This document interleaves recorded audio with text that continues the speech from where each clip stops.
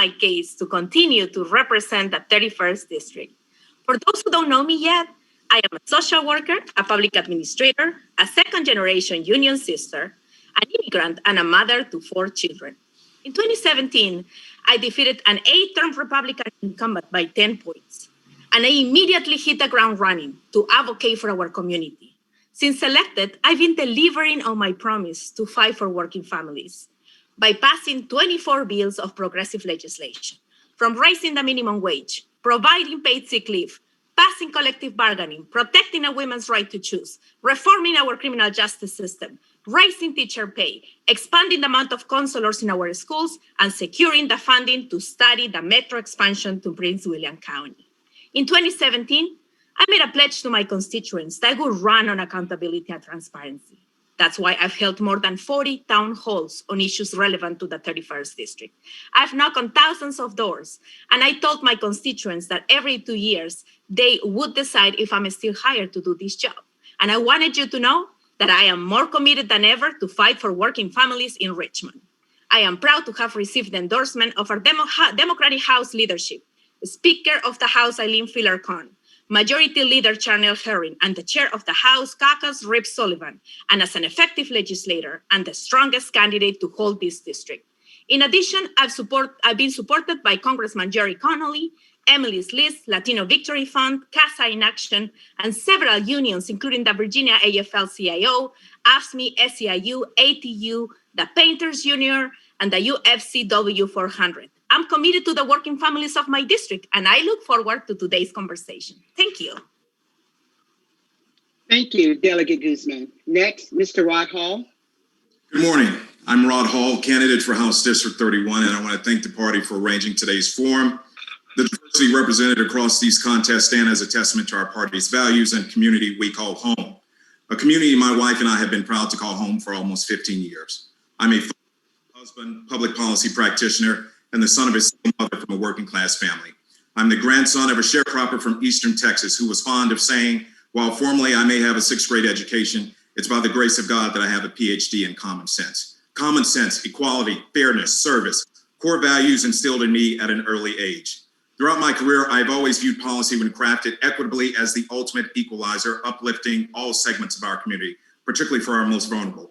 As an Obama appointee during the last economic downturn, I know exactly what it takes to tackle big problems in communities. As a senior congressional staffer for over a decade, I crafted policy that directly impacted the quality of life for constituents for the better. I'm battle-tested and ready to do the same right here at home. As your delegate, I will be committed to tackling some of the Commonwealth's most pressing challenges: the need for universal pre-K, smarter investments in transportation, eliminating disparities in Black maternal health, and moving the needle further on criminal justice reform. Yes, I'm delighted that we're the first state in the South to abolish the death penalty, but as a Black man with 2 young sons, I remain concerned that the killing field has pivoted from death row to the routine traffic stop. As your delegate, I will be committed to tackling these with all that I've got. So as I close, I want to make a direct appeal to the constituents of District 31. I've been consistent with you throughout the course of this campaign. I've only asked you to vote for me once. If entrusted with your vote, I want to assure you that I will never downgrade you to a political backup plan. I will awake each and every day committed to representing your interests and working towards solutions to some of our most pressing problems here at home and across the Commonwealth. Thank you all for joining this morning. I'm Rod Hall, candidate for HD31. My name is listed first on the ballot in this contest. You don't need to go any further. Thank you. Thank you. Mr. Idris O'Connor. Good morning, everyone. My name is Idris O'Connor, and I'm a Democratic candidate for the 31st District for the House of Delegates. I'm a lifelong resident of Dale City, Virginia, and I'm a graduate of Prince William County Public Schools. My roots run deep in Prince William County. I'm proud to represent the Neabsco District on the Prince William Social Service Advisory Board, advising our county supervisors on matters pertaining to social services.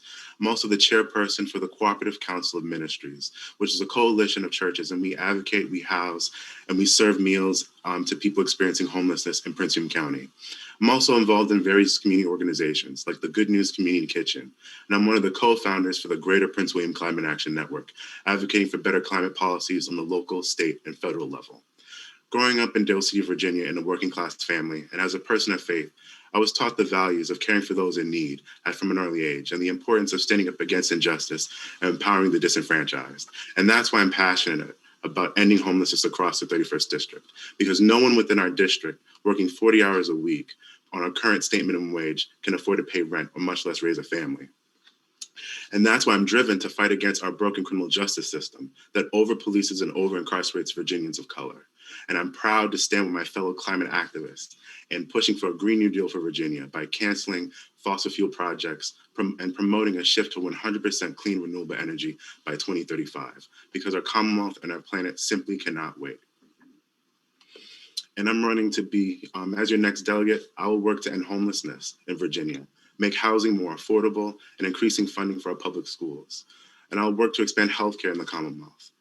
So, today I hope to share my ideas and my campaign platform, and we can do this together. Together we'll change our community, together we will change our Commonwealth, and together we will win the 31st District and take the fight to Richmond.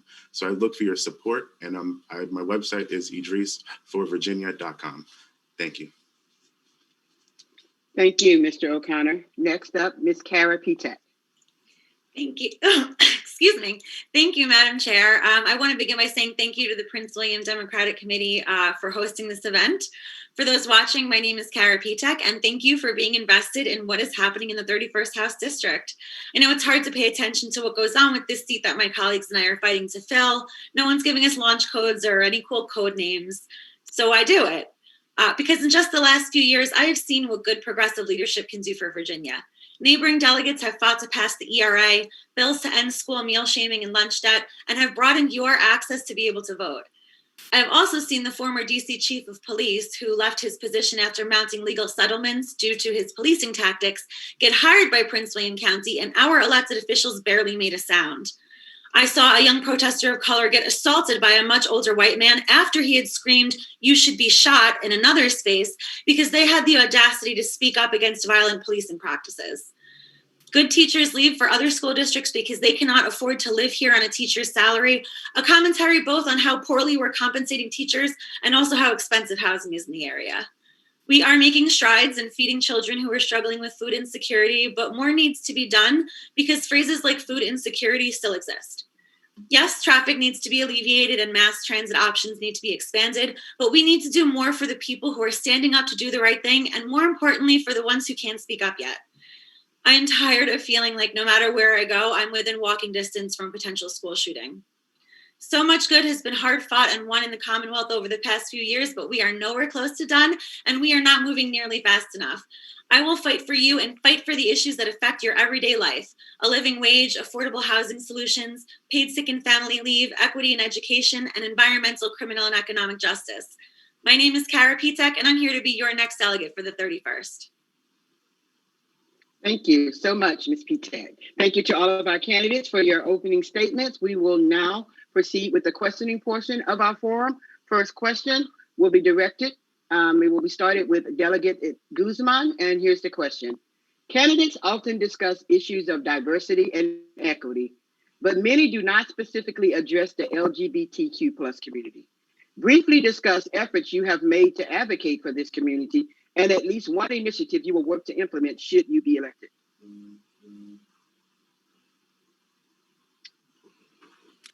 Thank you, Madam Chair.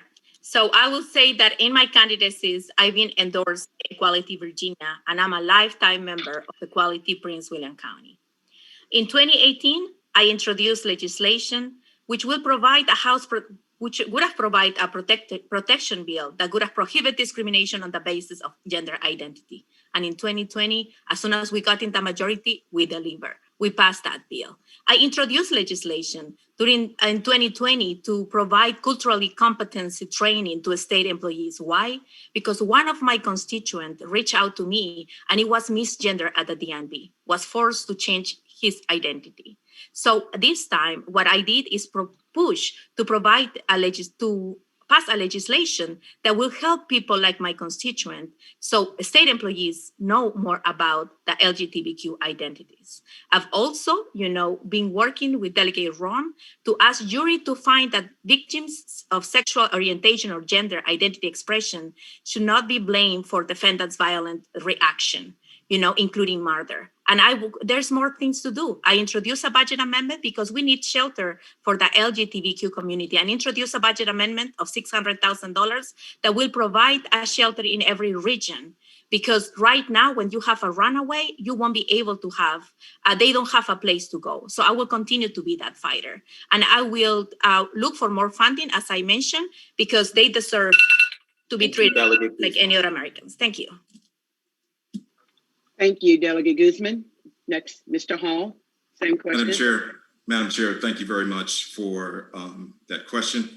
And I think at the very start, I'd like to say inclusivity has been a cornerstone of not only my life's work, but for my campaign as well. And as delegate, I would be committed to ensuring that our LGBTQ family members can live openly without discrimination and enjoy equal rights in their personal autonomy.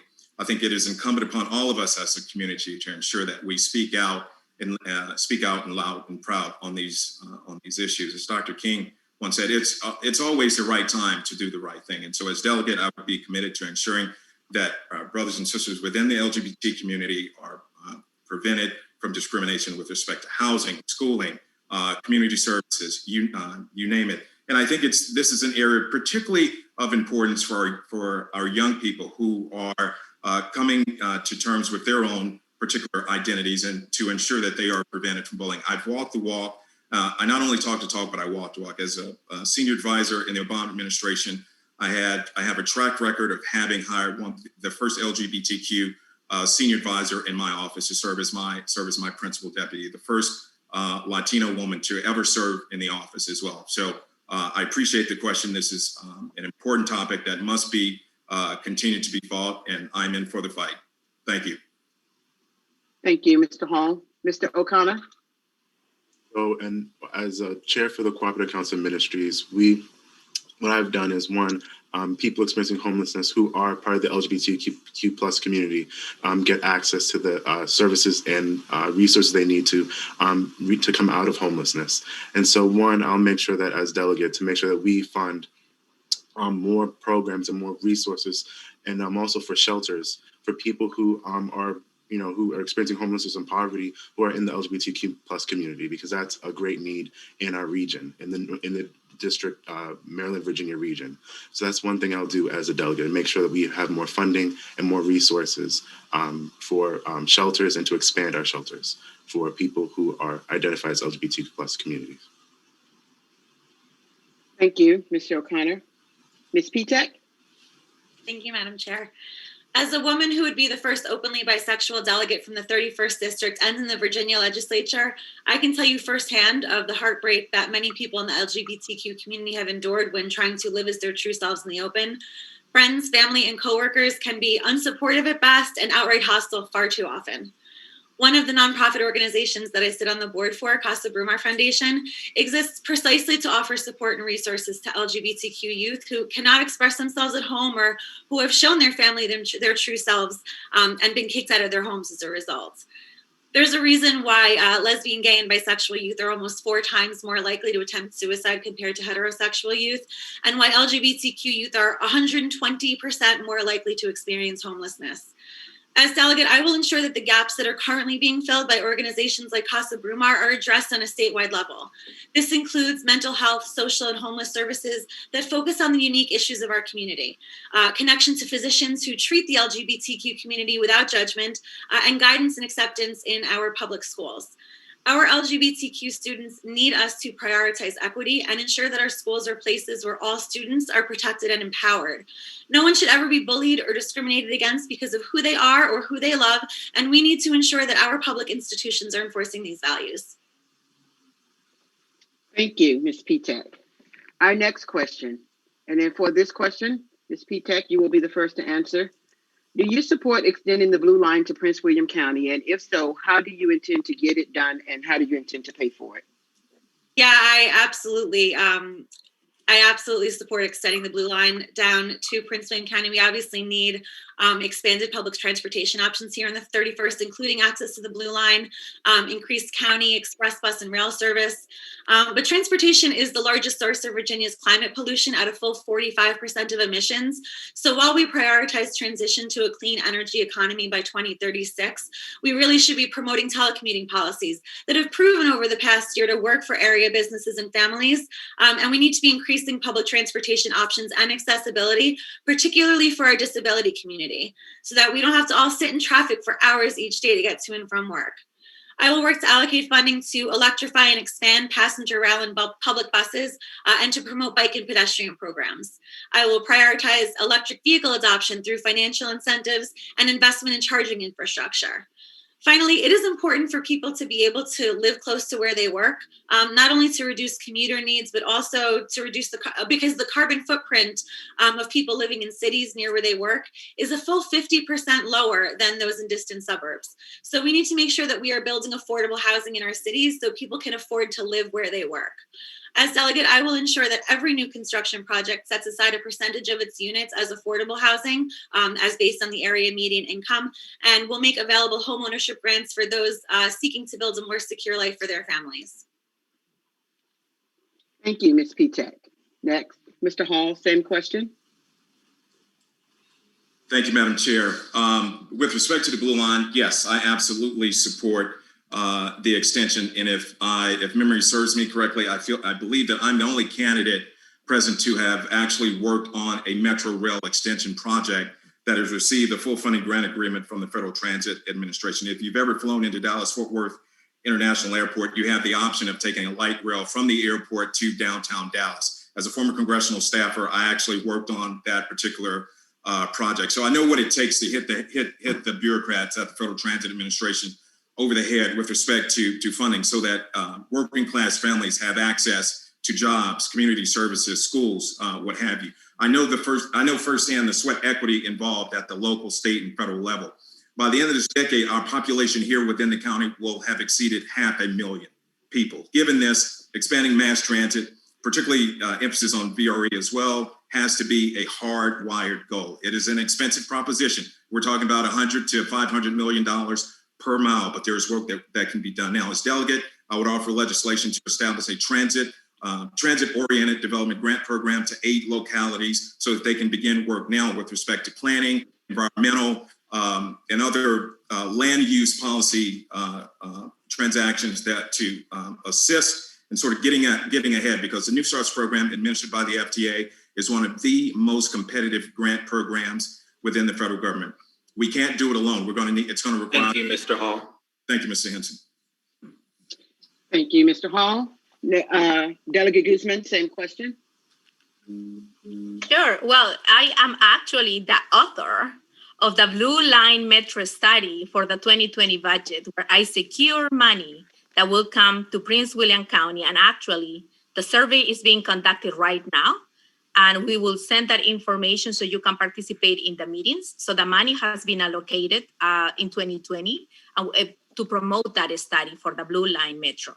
Now, I am part of the 69% of constituents that have to commute to to Northern Virginia, closer to DC for a high-paying job. So this is not something that I have to work on a commission, but actually I learned about that my issue was the issue of many people here in Prince William County and in the 31st district that have to spend hours of time in traffic.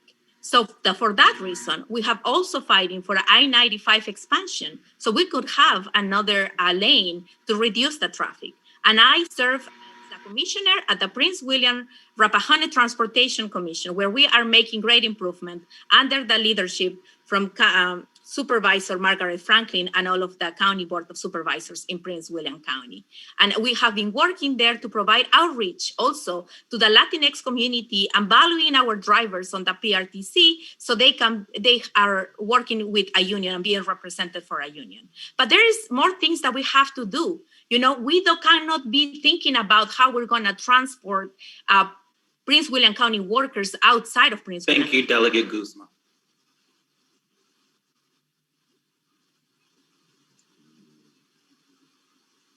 LT, back to you.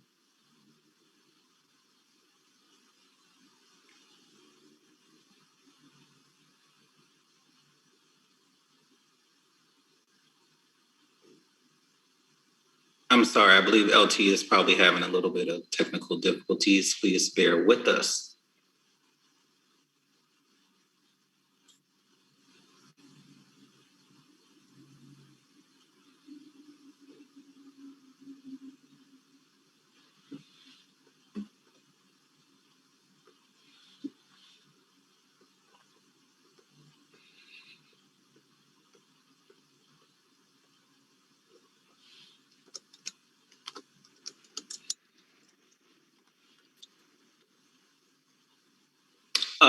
Mr. O'Connor, same question. Thank you, LT, and thank you for that question. One, I do support the extension of the Blue Line to Prince William County, but also we need to make VRE more efficient. And so I hope that one, if elected as delegate, I'll make sure that we have funding to expand not just Metro, but the VRE service for both the Fredericksburg line and also the Manassas line. And also, we need to make greater investments into rapid bus service for Prince William County, but also for Fauquier County. So I look for your support, and that's my answer for transportation. Thank you. Thank you so much. Our next question, and for our next question, we will start with Mr. Hall. Do you support collective bargaining for public sector employees? And how will you work with local elected officials to enact the new collective bargaining law? Thank you, Madam Chair, for the question. Yes, I wholeheartedly endorse and support collective bargaining. To take it to a macro level, I want to make it absolutely crystal clear. I also support the work done by our labor brothers and sisters as well. A number of my family members are members of United Steelworkers Local 13245. I believe in unions and the ability of employees to engage in collective bargaining.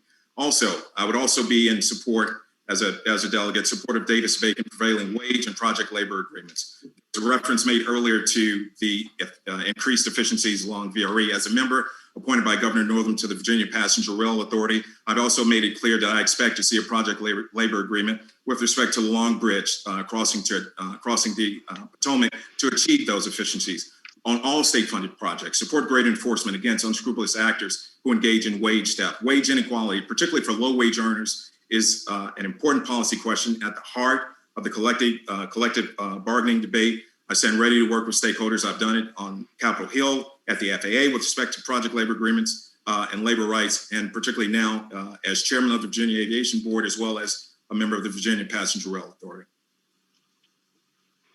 Thank you so much, Mr. Hall. Ms. P-Tech, same question. Collective bargaining is vitally important for our public sector employees. We need to make sure that workers' rights are respected and that employees have a fair and equal voice at the negotiation table. Throughout the COVID-19 pandemic, workers, especially those in the public sector, have risked their health and safety. And we need to support these workers and their ability to negotiate for fair wages, benefits, and working conditions. I will always stand up for workers' rights and for union rights. This includes advocating for paid sick and family leave, a living wage, and good paying union jobs as we transition to a green economy. As delegate, I will advocate for unions and workers, including fighting against the anti-worker right to work laws here in Virginia. The state has given us the right to organize, and every county across the Commonwealth should allow workers to collectively bargain. Our state labor and employment law division administers and enforces the laws of the Commonwealth that govern pay, assignment of wages, minimum wages, employment of children, the right to work, the human trafficking poster requirements, and other statutes that relate to the workplace. But the labor and employment law division does not, however, develop guidelines or provide any administration for collective bargaining regulations. So while our state legislature has made it legal to collectively bargain, there is no guidance on how counties and localities can begin to implement collective bargaining regulations. So we need to make this guidance on a state level to ensure uniformity across the Commonwealth throughout the implementation of collective bargaining. Thank you, Ms. P-Tech. Mr. O'Connor, same question. Yes, I do support collective bargaining for our public sector workers. And one, if elected as delegate, I will make sure that when we pass a constitutional amendment allowing unionization in the Commonwealth of Virginia, so that we need to repeal, anti-worker laws in the Commonwealth. So as delegate, that's something I'll lead the charge on. And, I think that workers are the backbone of our Commonwealth of Virginia, and we need to be an advocate for them in Richmond. So thank you. Thank you. Delegate Guzman, same question. Sure. So, well, as a union member, a public sector employee, I was the author of the collective bargaining bill. And I do support, a more inclusive collective bargaining bill. But I will tell you today that we need those votes in the state Senate. So for those who are on the panel today, I would invite you and ask you to reach out to your state senators and ask them to provide a collective bargaining agreement that will not leave any employee behind, because we do have the votes in the Senate and in the House. And the bill that came out of the House was a comprehensive bill that provided a guidance and including a public employment relations board. We're talking about mandating prevailing wages for public contracts. That is done. We delivered that. And actually, today, in Happy International Workers' Day, that is going to be the law in Virginia. We talk about requiring project labor agreements for public work projects. That is the law starting today. So what I will ask right now is that while we're working in a more inclusive collective bargaining agreement, let's talk to those localities that we represent. So those counties, we are empowering the county board of supervisors, to your school boards, to make a decision. And in the process to do the right thing, I've been recognized for my work to improve the lives of public sector employees with the highest honor by the Virginia Education Association and the American Federation of Teachers. So I will continue to be the voice of the working families in Richmond, because I'll be committed to represent the working families in the 31st District. Thank you so much, Delegate Guzman. Our next question will start with Mr. O'Connor. Children with disabilities and children of color are disproportionately targeted by law enforcement in schools. What is your plan to find alternatives to SROs in schools to address the ongoing school-to-prison pipelines? Thank you for that question. So what I'll do as delegate is to chief patron a bill that would end SRO programs in the Commonwealth. We need to, remove police officers from our school systems. We shouldn't, that's just another way to over-police our children. I think what we should do instead is have a program that will help de-escalate and have de-escalating training with our teachers, with our counselors, to help just de-escalate situations in the school system. And so that's my plan as delegate. I would end SRO programs across the Commonwealth. Thank you. Same question, Delegate Guzman. Sure. So I would start by saying that we don't need SROs in our public schools. And I've been championing this issue since I got elected in 2017. What we need is more school counselors. And I have delivered reducing the caseload for school counselors in elementary schools, middle schools, and high schools. But we need to get to 250, because while we are requiring these school counselors to get a licensure in mental health, they are challenged with the type of caseloads that they have. We also need more psychologists and social workers in school. As one of the 2 social workers that serve in the Virginia Assembly, I've been championing the issue as well, and we have to secure the funding. And we're hoping with all of these great projects that we have passed lately, as the legalization of marijuana, and continue to have the gray machines, all of that money that is going to come have to go to school to invest more in mental health services, including special education. It is not right that children are going to a detention center and then a juvenile detention center and then determine that they were special education children. We have failed the student with the special needs in Virginia, and we have to invest more in special education to reduce the school to prisons pipelines. Thank you. Thank you, Delegate Guzman. Ms. Pitek, same question.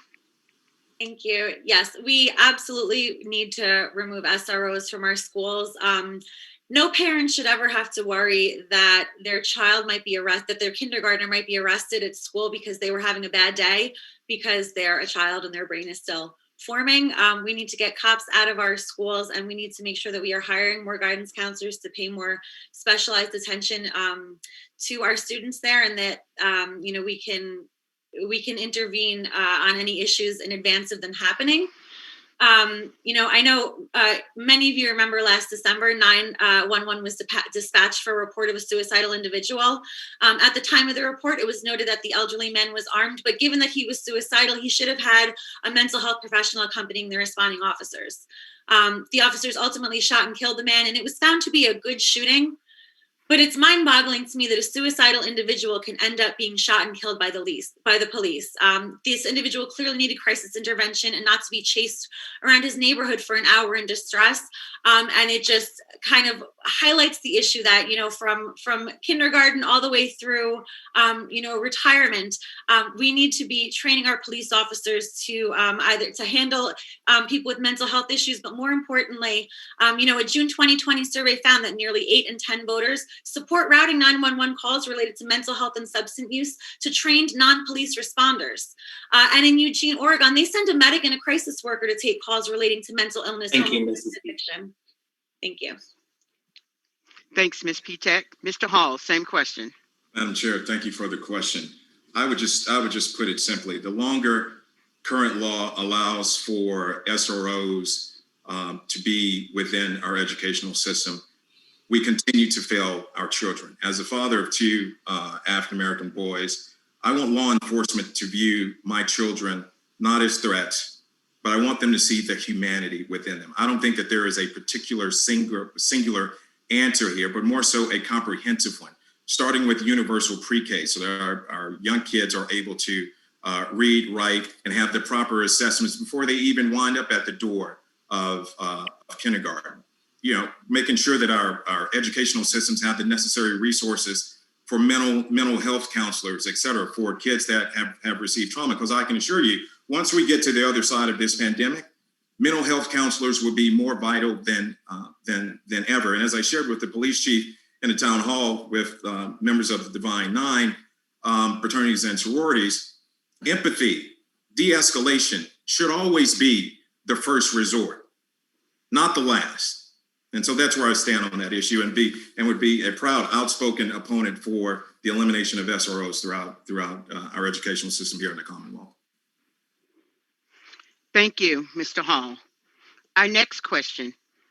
Some people advocate for campaign contribution caps, but experience at the federal level shows that drives campaign spending into dark money organizations that do not have to disclose their donors. Others believe we need to increase transparency by requiring all organizations who try to influence voters to disclose their donors and employees. How do you believe we should reform Virginia's campaign finance laws? Delegate Guzman. Listen, as a candidate that have been running for office, for 3 cycles, I could tell you that I would love to spend my time knocking on doors and talking to voters. And actually, the person who understands the issues of that community better is the person who should be on the ballot and represent that area.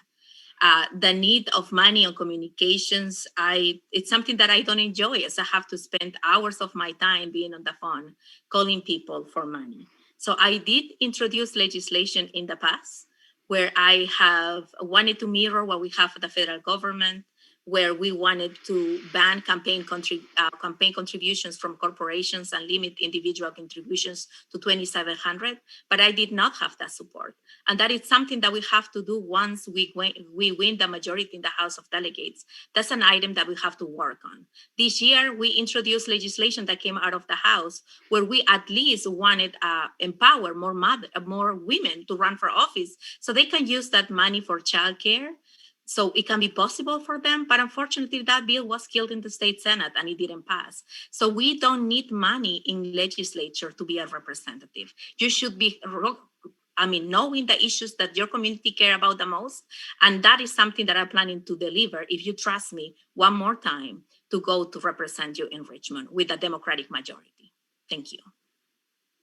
Thank you, Delegate Guzman. Mr. Hall, same question. Thank you, Madam Chair. I think the question at the heart of this debate is whether or not we care about restoring public confidence with respect to our public institutions. Legislators should care about the ever-eroding public trust in their institutions and the role of money and the role it plays, but constituents should also care about it and demand that their legislators be held accountable.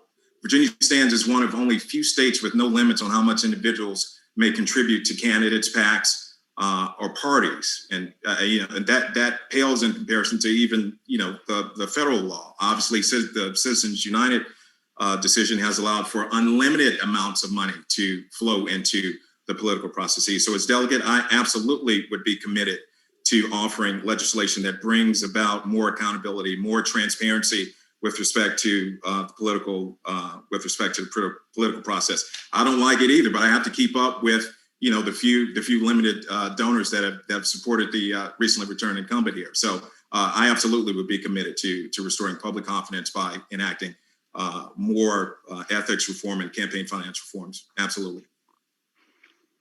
Thank you, Mr. Hall. Mr. O'Connor, same question. Thank you for that question. So I support doing campaign finance reform in the Commonwealth.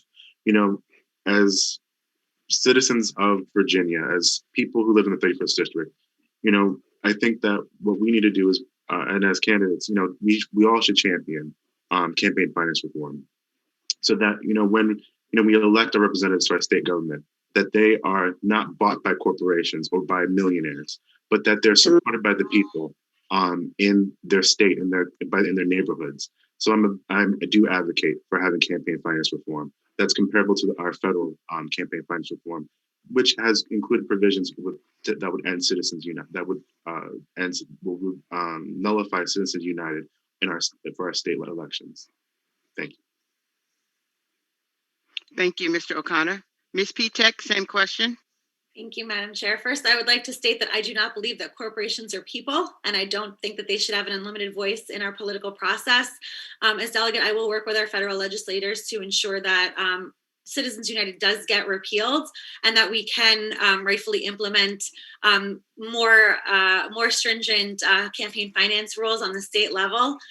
So here in Virginia, as my colleagues have said, we don't have a single donor limit. So if one of you went to caraptech.com right now and contributed $1 million, you could do that and it would be completely legal. As delegate, I will advocate for implementing single donor limits. I will advocate for public financing of elections so that you don't need a wealthy network to have a chance and an opportunity to represent your community in our legislature. We also have to modernize the candidate application process so that we are not required to submit the same or similar forms 3 separate times to 3 separate locations, one of which needs to be notarized in a pandemic, while one needs to be mailed, although the address to mail the form isn't actually included anywhere in the instructions. If we can file our campaign finance reports online and receive petition signatures online, we should be able to file our candidate paperwork online as well. And I realize that comes off as a list of petty complaints, but when you read them together, they all read as a lengthy barrier that prevents quality candidates from being able to run for office. And if we are meant to be the party of inclusion, then we need to make the process easier, not harder. And while we're at it, we need to reimagine what our state government looks like. We are an actual state government with the power to affect real change in the Commonwealth, and we should meet more often than the average high school debate team does. We can change our entire system of governance and make these legislations.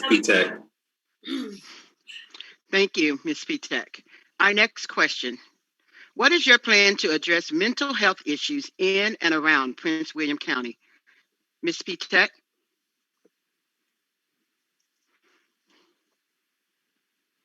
Oh, sorry. Thank you. As I was mentioning earlier, that the mentally disturbed individual who was shot by police, in Eugene, Oregon, they sent a medic and crisis worker to take calls relating to mental illness, homelessness, and addiction. And in 2019, responders requested to police backup only 150 times out of approximately 24,000 calls. I can't give you a full and complete straight answer on mental health because it is affected by everything we do, say, hear, see all day long, every day of our lives. If you or someone you know lost a job or a loved one this year, that could lead to a mental health issue. If you kept your children home through COVID while working from home full time, that could lead to a mental health issue. So much of the burdens that we carry on the hard days can be lifted with mental health assistance. And oftentimes this support can prevent things from getting worse. It can be the difference between desperately needed assistance and yet another good shooting in some situations. So we really need to be sure that we're providing support to everyone throughout the Commonwealth, that we are destigmatizing mental health, and we're truly offering support that is desperately needed. Thank you, Ms. P-Tech. Mr. O'Connor? Thank you for that question. So as chair of the Cooperative Council Ministries, as going out and we're advocating and we're serving people experiencing homelessness, mental health is a big issue for us. And, one thing as delegate, I will make sure is that there's funding that we increase beds and facilities to treat people experiencing a mental health crisis. And also to make sure that, we expand healthcare in the Commonwealth to include mental health coverage, because people who are experiencing homelessness in our county have to wait days and weeks to get treatment or see a therapist or see someone just to talk. And I think that as a come up, that needs to change. So as delegate, I'll make sure that there's funding for more therapists and counselors and facilities to treat people, who are experiencing a mental health crisis, or they just need someone just to talk to. So that's something I'll do elected as delegate. Thank you, Mr. O'Connor. Mr. Hall, same question. Thank you, Madam Chair. I think we need to look at the issue twofold, right? Until we, as a Commonwealth, are able to view a mental health checkup with parity with a general health checkup, we continue to fail the constituents, not only within the 31st district, but across the Commonwealth. The goal here should be for mental health care to be brought out of the shadows and more into the healthcare mainstream, if you will. And as delegate, would absolutely be in support of Medicaid expansion to ensure we do more with respect to normalizing mental health visits and wellness visits and checkups as well. But there's also a criminal justice component as well. Having been a graduate of the Prince William County Citizens Police Academy, went out on a late shift and responded to a mental health call. And it took, I would say, a total of 4 hours to properly de-escalate that situation. So with respect to continued and expansion of dual response with respect to law enforcement who have enough on their plates as it is already to ensure that we do not see inadvertent killings, what have you, as a result of an inability to properly de-escalate. That is something that I would also pay very, very close attention to and be an outspoken advocate for with respect to the introduction of legislation as well. Thank you so much, Mr. Hall. Delegate Guzman. Thank you, Madam Chair. Well, I just want the audience to remember that Democrats have been in control only for the last 2 years. We have been on Republican leadership for 26 years. So there's so many things that we could do in 2 years, and we're planning to do more. As one of the social workers in the Virginia Assembly, I wanted to assure you that we have invested in creating crisis intervention teams so it doesn't take 4 hours for a law enforcement to respond to a de-escalation situation. That's happening for years, and I want to thank the County Board of Supervisors for also make a priority to invest locally in Prince William County to fund programs like that. We also have the Marcus Alert System that will seek to ensure that individuals in crisis receive a response from the behavioral health system when possible, and a specialized response from law enforcement is necessary. We need to defeat the opioid crisis, and that's why I was proud to cast my vote in support of Senator Barker's a champion for mental health needs in the Commonwealth. So we will direct funds to defend individuals who have been affected through drug manufacturers in the abuse of opioid crisis and the abuse of opioid. But we need to do more. We have to ensure that we make mental health our priority. We have to secure funds to school counselors to 1 to 250 and every level of the school. And we need to get rid of the waiting list on the disability waivers. We need higher reimbursements, and we need more psychiatric hospitals. We're in desperate need of beds to take these individuals. Thank you, Delegate Guzman. Every day. Thank you. Thank you, Delegate Guzman. Our next question. During the pandemic, as schools closed, many women opted to stay home to care for their school-aged children. This has eliminated the voices of many women from the workplace and opened our nation's eyes to the unfair wages of women and the high cost and inaccessibility of childcare. If elected, what plans do you have to help women get back into the workplace and support their families? And does this plan change when considering rural communities in Virginia?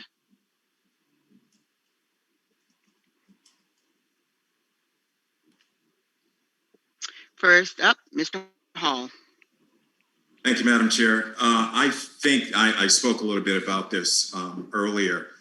I lost my father at the age of 4 due to a massive stroke. And that left my mother, who was a teacher's aide at a special needs school. I can only imagine what must have been going through her head at the time, thinking, oh, Lord, I just lost my husband. I have this 4-year-old child here. What do I do? But for a pre-K program, a Head Start program, she was able to maintain her job security and also have the comfort in knowing that her child was in a pre-K program being nurtured and prepared for pre-K. And so obviously, currently the Commonwealth ranks in the middle of the pack among states with respect to universal pre-K, ensuring that we grab the necessary population of 3 and 4 year olds. And so that would be an absolute priority of mine. How do we pay for it? Thanks to the good work of our folks down within the legislature, they have passed legalized recreational marijuana use according to the Joint Legislative Audit and Resources Committee. The tax revenue from that would be more than enough to further expansion of universal pre-K, which will allow for the development of the child as well as the economic security of working mothers across the Commonwealth. And so that would be my response, my ultimate response to the question as we again get back to pre-COVID, pre-pandemic employment levels so that our working mothers across the Commonwealth can get back to meaningful roles within the employment sector. Thank you, Mr. Hall. Ms. Pitek, same question. Great. Excuse me. Thank you very much, Madam Chair. First, in order to support all of our families, not just working mothers, although it does obviously affect our mothers as well, we must implement not just universal pre-K so that our kids all are set up for the same chance of success in life, but we also have to be implementing universal childcare programs so that we have the ability to return to work and we're not concerned that the cost of childcare is exceeding our salary. There's a lot that we need to focus on post-pandemic, obviously. This pandemic has really only highlighted gaps in a system that existed long before 2020, and in a post-COVID world, we are really going to all need to come together to lift each other up to get back to a place of prosperity or even a place of normalcy. As delegate, I will make sure that our schools are funded so that we can ensure technological accessibility and resource equity in education. It is past time to get everyone across the Commonwealth access to the internet. We need to have everyone on equal footing, whether students are learning remotely or in the classroom, and broadband is the key to putting everyone on an even playing field. In order to support our families as well, we have to continue and expand grants and loan programs to support small businesses in their fight to both get back on their feet and also bring their full workforce back so that our local economy can begin to be fully functional again.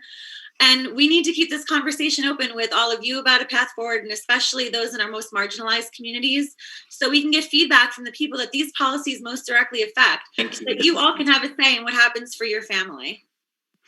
Thank you, Ms. Pitek. Thanks. All right, thank you very much for that. Next up, Delegate Guzman.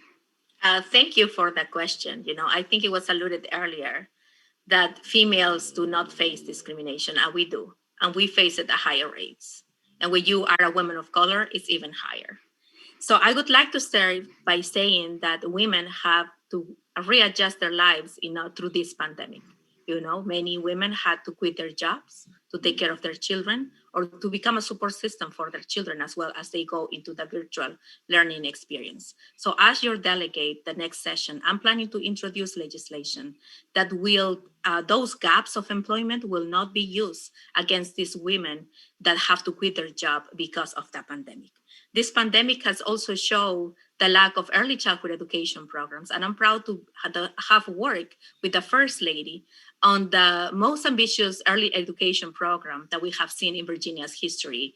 That is now we are empowering family childcare centers to provide early childhood education. But I am the delegate who introduced universal pre-K in Virginia from the Democratic side, and the only delegate that have done it since I got elected. We also need to ensure that women can telework as well. So to do that, there are areas in Prince William County where we don't have access to the internet. And some of those are the constituents on the 31st district that sometimes get forgotten in Independent Hill and the Hill and are gonna have equal pay for equal work. Because while a male is making $1, Thank you, Delegate Guzman. making of color is making 65 cents to $1. Thank you. Thank you, Delegate Guzman. Mr. O'Connor, same question. Thank you. Thank you for that question. So to answer that question, that it's like a multi-pronged approach in addressing that. I think that one, in the Commonwealth, we need paid sick family medical leave. And I think that we need that for 18 weeks. That's something that I'm calling for. So that when women have to take care of their loved ones or family members, or take care of themselves, or they will not be in risk of losing their job because of a situation or a health situation. I think another is that we need to expand a universal pre-K in the Commonwealth of Virginia. And another is that we need to work to have equal pay for women, because one, it's to me, it's immoral that women make less than a man, and that in this country and in this Commonwealth. And I think that again, it's immoral. And another is that gaps in employment should not be a barrier for being hired again, just because of you're taking care of a loved one, or because of the pandemic. And another thing is that we need to invest in broadband internet service. So that's why I've called in the past to, repeal the ban on localities and nonprofits in creating their own internet service providers. And I think that's something that we need to do in the Commonwealth, by having localities and nonprofits be able to start their own internet service company and be able to compete with Comcast and Verizon to increase internet service, and also to decrease the cost, so that families and kids will be able to have access to the internet. So that's something that I would like to do. Thank you, Mr. O'Connor. Thank you. Thank you, Mr. O'Connor. And at this time, I would like to thank all of the candidates. That concludes our round of questions. Thanks all of the candidates for being here, all the candidates from House District 31. At this time, we will allow space for closing statements. As a reminder, each candidate will be given 2 minutes for their closing statement. Our first closing statement will come from Ms. Kara Petek. Thanks again, Madam Chair. And thank you once again to the Prince William County Democratic Committee for putting this event together. And thank you for everyone who took the time to watch. I'm sure you all have a lot going on today. I, for one, have some toddlers that are overdue for some attention, but it means so very much to me that you've made the effort to be better informed about this race. It's an increasingly difficult challenge that all candidates face. Sure, we can overspend to put pictures of our smiling faces in your mailboxes constantly over the next few weeks, but it doesn't tell you much other than how nifty our Photoshop skills are. Today, you got to hear which one of us is really here to lift up the people of our community. While some of us may see our 31st delegate seat as a stepping stone or as a safety net, I see it as a position from which we can affect real and positive change in the everyday lives for this community. Affordable housing, paid sick and family leave, broadband access, aggressively enacting renewable energy practices, developing better mass transit options, first-class education and educational facilities for our kids, and expanding access to mental health care are all some of the priorities that I will pursue as your next delegate. Our district is diverse. We are rural and we are suburban. We come from every race, ethnicity, faith, sexual orientation, gender identity, age, and ability, and that requires a lot of attention in multiple areas to make us the example that the rest of Virginia can follow, and I am excited to take on that challenge. We can make our schools institutions that teachers envy instead of leave. We can find actionable ways to make your commute easier. We can develop quality of life improvements for those among us who haven't been afforded opportunities to do so. With your support, we can do all of that and more. I've said it from the day I joined this race, I'll say it today, and I'll say it the day I'm sworn in and beyond. I believe that no one gets left behind when we grow together. Find out more about where I stand and how you can help us by going to karapetek.com. Thank you all for your time today, and thank you in advance for your vote. Thank you, Ms. Petek. Next up, Mr. Idris O'Connor. I want to say thank you to the Prince William Democratic Committee for hosting this candidate forum. At the start of this campaign, I've been championing for my community. I grew up here. I'm the only candidate that graduated from Prince William County Public Schools. So I know that what this county is like, and I know what this district's like. So that's why I'm running to work to end homelessness, so that, through my work and advocacy. And as delegate, I'll take that to Richmond and make sure that, one, housing is affordable in this Commonwealth, that we increase funding for our public schools, so our teachers are not working 2-3 jobs to make ends meet, so that we expand healthcare, so that families who may not be able to afford private health insurance have access to public health insurance. And so I'm running so that, one, we have a delegate that represents the 31st district that's lived here, that works here, that worships here, and that will fight for you and your families in Richmond. And so I hope to earn your support, and I hope to earn your vote during the early voting and for June 8th on June 8th. My website is Idris O'Connor, IdrisForVirginia.com. And thank you, and I hope to earn your vote and support. Thank you so much, Mr. O'Connor. Next, Mr. Rod Hall. Madam Chair, again, I would like to thank the party for hosting today's forum. And again, I want to speak directly to the constituents of the 31st. I'm battle tested and ready to hit the ground running on day one. This district is deserving of an individual committed long-term to ensuring the success of all segments of our community. I've been consistent with you throughout the course of this campaign, and I'll say it again. I've only asked you to vote for me once. If entrusted with your vote, I want to assure you that I will never downgrade you to a political backup plan. Again, I will awake each and every day committed to representing your interests and working towards solutions to some of our most pressing problems. Again, I am pleased to be endorsed by the following: Congressman Bobby Scott, Dean of the Virginia Congressional Delegation and Chairman of the House Education and Labor Committee; the late Al Brooks; Delegate Lamont Bagby, Chair of the Virginia Legislative Black Caucus; Delegate LaSharice Ayer; Delegate Luke Torian; Delegate Marcia Price; Delegate Cliff Hayes; Delegate Don Scott; Delegate Jeff Bourne; Delegate Hala Ayala; Jeremy McPike; Scott Servo; former Virginia State Senator Jack Kennedy from Southwest Virginia; Occoquan Mayor Ernie Porter; Sarah Townsend; school board members Lily Jesse, Lori Williams, Andrea Bailey; Vice Mayor Monet Nickerson, Derek Wood, Cindy Neville, Salonia Mouse, Collective PAC, and Unite Virginia. You can find out at rodhall4va.com. Thank you so much for tuning in. I really enjoyed it. And all the best again. Thank you, Mr. Hall. Delegate Elizabeth Guzman. Thank you, Prince William County Democrats. It's been an honor to represent the 31st District in the House of Delegates. To help the constituents of our district through this crisis has been incredibly important work, and I hope to continue being able to provide excellent representation and service. I've lived and raised my children in this community for 20 years, and I've been fighting for what working families want, not because someone told me, but because I have lived those issues firsthand. As a working mom, I understand the struggles of my constituents and the problems in our schools. For too long, it was nearly impossible for women like me to be elected. And I work hard to make our voices stronger in Richmond. And I want young girls to know that they can run for office and win in Virginia. I've done my best to champion Democrats in this county and ensure Prince William's diversity is reflected in our representatives. I campaign on issues that weren't always popular: immigrants' rights, strong gun control laws, union rights and collective bargaining, and bold environmental action. We have won on those issues, showing that progressive Democrats can deliver on our promises. We have been in the majority for 2 years, but there is still so much left undone.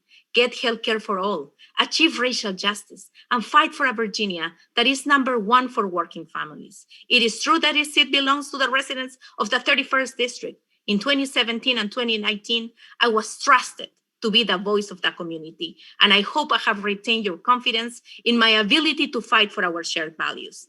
This year, with all 100 seats and 3 statewide offices up for grabs, it's vitally important that we maintain our Democratic trifecta and ensure the hard work for the last 4 years is not undone.